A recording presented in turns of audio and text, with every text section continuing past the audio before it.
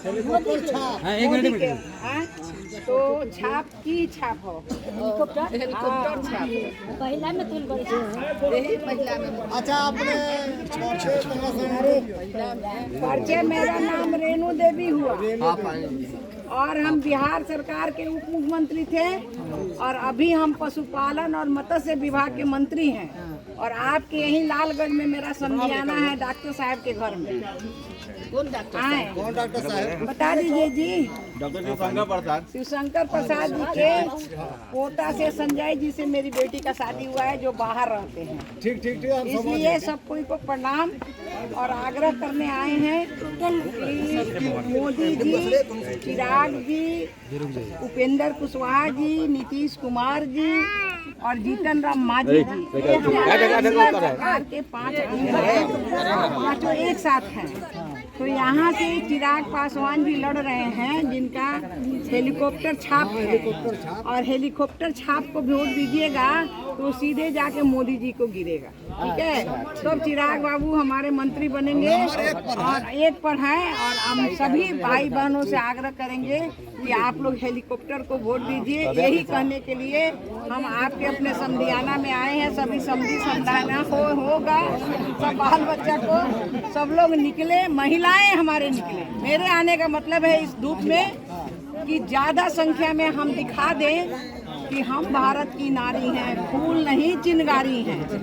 तो हम चिनगारी के तरह ये जो लुटेरा आया है तो आपको मालूम है जो कांग्रेस आया है नहीं, लेकिन क्या लाया है ये समझ जाइए। ये जो कहता है ना कि हम जो आरक्षण जो है ये लोग खत्म कर देगा। आरक्षण जब तक मोदी जी रहेंगे, जब तक नीतीश जी रहेंगे, जब तक चिराग जी रहेंगे, जीतन राम मांझी रहेंगे, उपेंद्र कभी भी जिंदगी में नहीं कट सकता है। किसी के भी कोई मर भी जाए तो संविधान नहीं बदला सकता है। लेकिन ये लोग लाया है कि आपका आरक्षण काट के और हम मुसलमान भाई लोगों को 15% को दे देंगे और मेरे बाप दादा का जो संपत्ति, आप लोगों का जो भी संपत्ति हुआ, मान लीजिए मेरा 2 घर है, ठीक है, 2 घर का हम जो है उसका स्क्रीनिंग करेंगे, जो बेटी बहन का जेवर है उसका स्क्रीनिंग करेंगे और उसका 50% लेंगे और उन लोगों में बांट देंगे।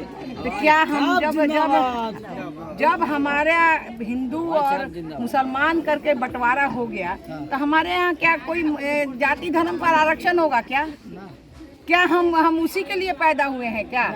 तो हम अपना संपत्ति क्यों देंगे? हम अपना कर में हम अपना ठीक है, हम अपना कमाते हैं तो जो कर लगता है उतना देंगे, लेकिन 50% क्यों देंगे? एक है मोदी जी 10 साल में जितना काम किए हैं, मोदी जी को कोई चोर कहा है? मोदी जी पर कोई भ्रष्टाचार लगा है? तो जब मोदी जी को कोई चोर नहीं कहा, कोई भ्रष्टाचार नहीं लगा, लेकिन 14 के पहले कितना भ्रष्टाचार लगा? आज मोदी जी जो दे रहे हैं सबको जो दिए, या राम विलास जी जो इतना यहाँ काम किए तो आज सामने है। और मोदी जी बताइए किसके घर में 5 जो चीज़ है नहीं है? किसके घर में राशन नहीं है? किसके घर में गैस नहीं है? किसके घर में शौचालय नहीं है? किसको मकान नहीं मिला है? किसको जो है ये 5 लाख का आयुष्मान कार्ड नहीं मिला है? किसको जो है ये मैंने खेत के लिए किसान सम्मान निधि नहीं मिला है? 6 स्कीम तो हर आदमी, चाहे हिंदू हो, मुसलमान हो, सिख हो, ईसाई हो, सबके घर में है। इतना कोई सोचा था? ये सबसे बड़ी समस्या यही है जो आप बता रही थी कि आवास जिनका भूमि नहीं है, देखिए उनके लिए क्या योजना है? निश्चित रूप से भूमिहीन क्या हमारे यहाँ योजना तो है ही।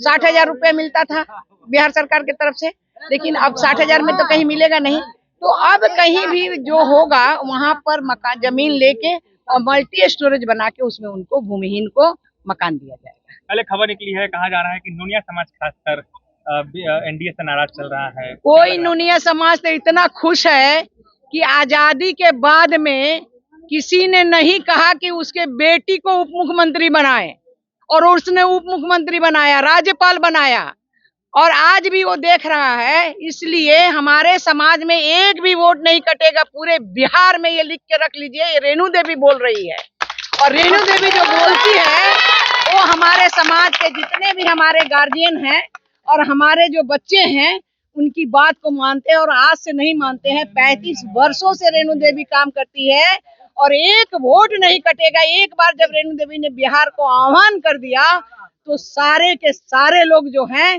वो हमारे एनडीए को वोट देते हैं। कोई आएगा कोई जाएगा, लेकिन उसका कोई असर नहीं पड़ता है। जिसका उदाहरण आप लोग देखिएगा कि तारापुर में जब उपचुनाव हुआ और जब हम गए टेटिया बम्बर में, बहुत राजद का काम करने वाले लोग गए थे और हम कहें कि तुम खेत जोतो, हम आएंगे तो बो देंगे, और गए बो दिए और आज वहां का विधायक हो गया। ये हमारा एग्जाम्पल है। धन्यवाद।